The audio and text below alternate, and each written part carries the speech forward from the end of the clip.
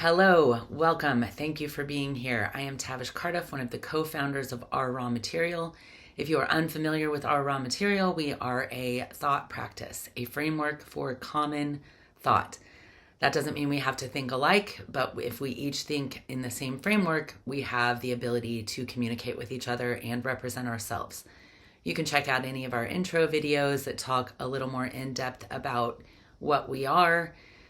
Each pillar has its own unique vibe and presence, and you develop a relationship with each one, landing in something we call wholeness. Sounds good, right?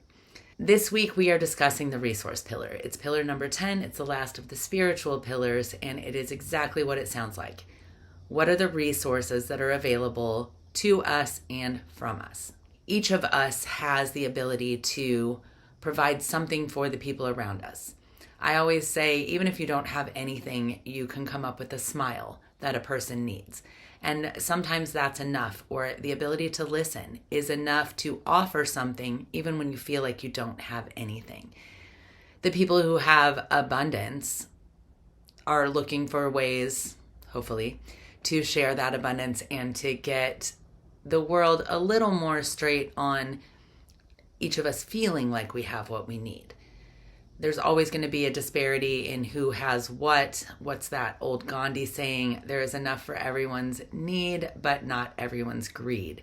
Sometimes I like to imagine that we can reorder everything and we all just have what we need and the world works in perfect order.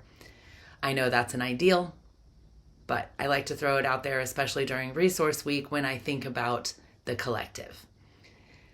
Our raw material itself is a resource. And just like I said, we go about the business of figuring out what we have to offer and what is available to us.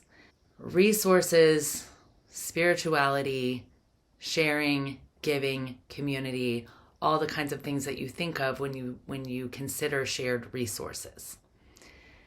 This morning I was watching disc golf, and one of my favorite commentators, Val Jenkins, was talking. Paige Pierce was lining up a shot, and Val was talking about what it was going to take for her to execute that shot.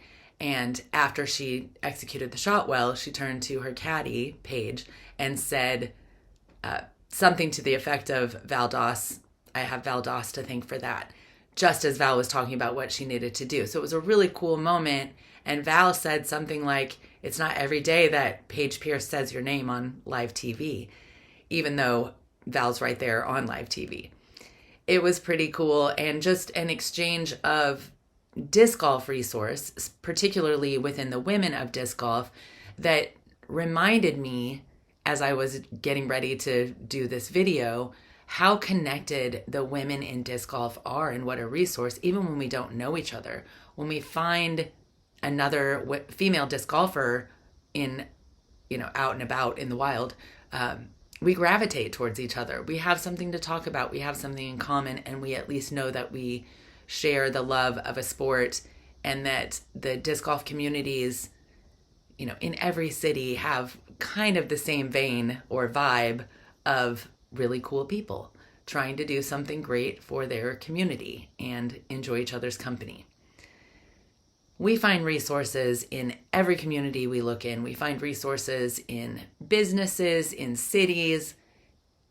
Any website has, their own little offerings of resources. And I think there's no shortage of things being offered. It's how do we get those things connected to the people that need them at the time that they need them. And when we open up ourselves, our spirit, our collective notions in nature, I like to take all that stuff to the ideal playground, as we know, which we talk about in week 7, just to experience it, just to imagine it enough to kind of feel it. The resources that have been available to me in my life have been more than I can count, probably so many that I've forgotten, but I do take the time to have gratitude around how many things are continually put before me that I need right when I need them.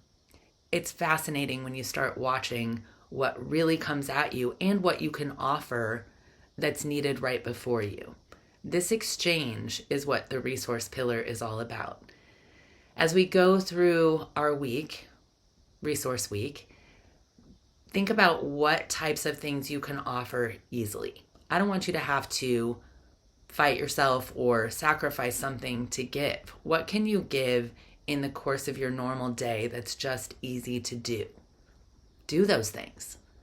Come up with a few of them every day and do them, and just notice how good it feels to offer something that you can and wouldn't have naturally. Sometimes we get stuck in the order of our own business and we don't take the time to look at what all can be done as we're doing our own thing. So as you go about this week, dive into what you can do to help yourself or those around you. For me, it's picking up things around the house that go to a different room as I'm walking through to the other room. Noticing what's there that I can move so that the next time I walk through the room, it feels more clear and puts a smile on my face, which is going to make the people around me happier. Thank you so much for joining us for this session. Please like, subscribe, comment. All of those things help us out. Go to ourrawmaterial.com, check out our blogs and any of the other information we have available on the website. Join one of our communities and become a part of this growing movement that helps us all have a framework for easy, common communication. Thank you.